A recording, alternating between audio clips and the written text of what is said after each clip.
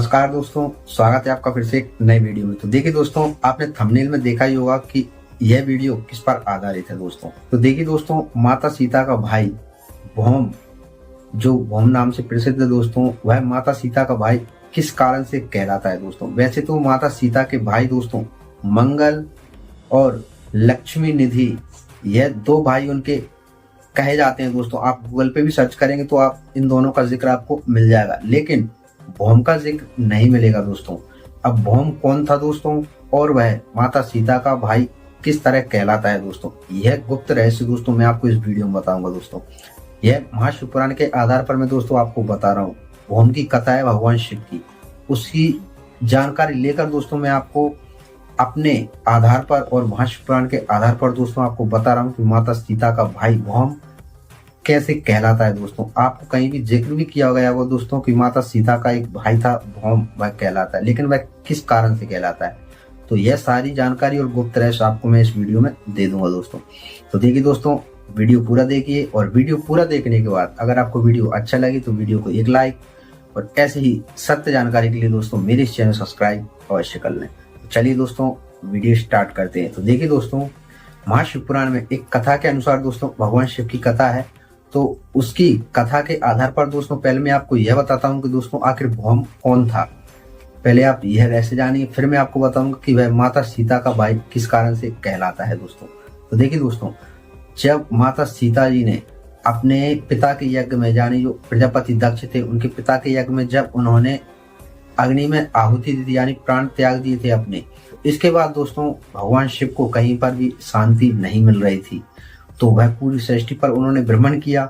इसके बाद दोस्तों उनको कहीं पर शांति नहीं मिली, तो इसके बाद दोस्तों उन्होंने समाधि लगा ली, यानी दोस्तों वह अपनी समाधि में लीन हो गए, यानी भक्ति में लीन हो गए। वह अपने ही स्वरूप का ध्यान करने लगे।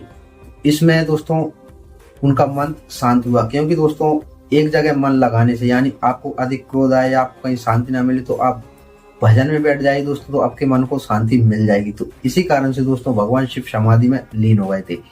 तो जब भगवान शिव अपने ही स्वरूप का ध्यान कर रहे थे दोस्तों, यानी वह समाधि में लीन थे, तो उसी समय दोस्तों क्या हुआ कि जब कई वर्षों तक दोस्तों वह समाधि में लीन रहे, तो कई वर्षों के अनुसार दोस्तों क्या हुआ कि उनके शरीर से पसीने की एक बूंद जमीन पर गिरी थी दोस्तों, और उससे एक पुत्र का जन्म हुआ था।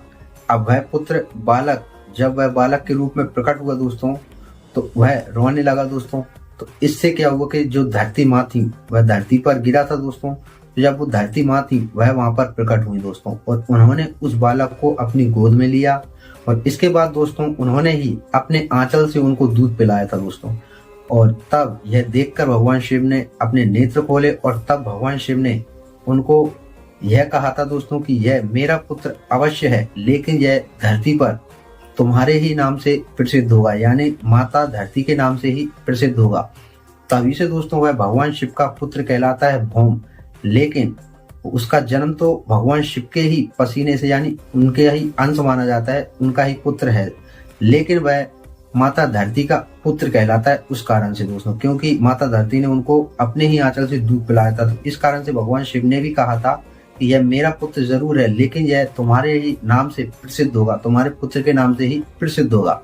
इस कारण से दोस्तों जो भौम था वह भगवान शिव का पुत्र था, लेकिन वह माता धरती का पुत्र कहलाता है। तो माता धरती का वह पुत्र हुआ दोस्तों।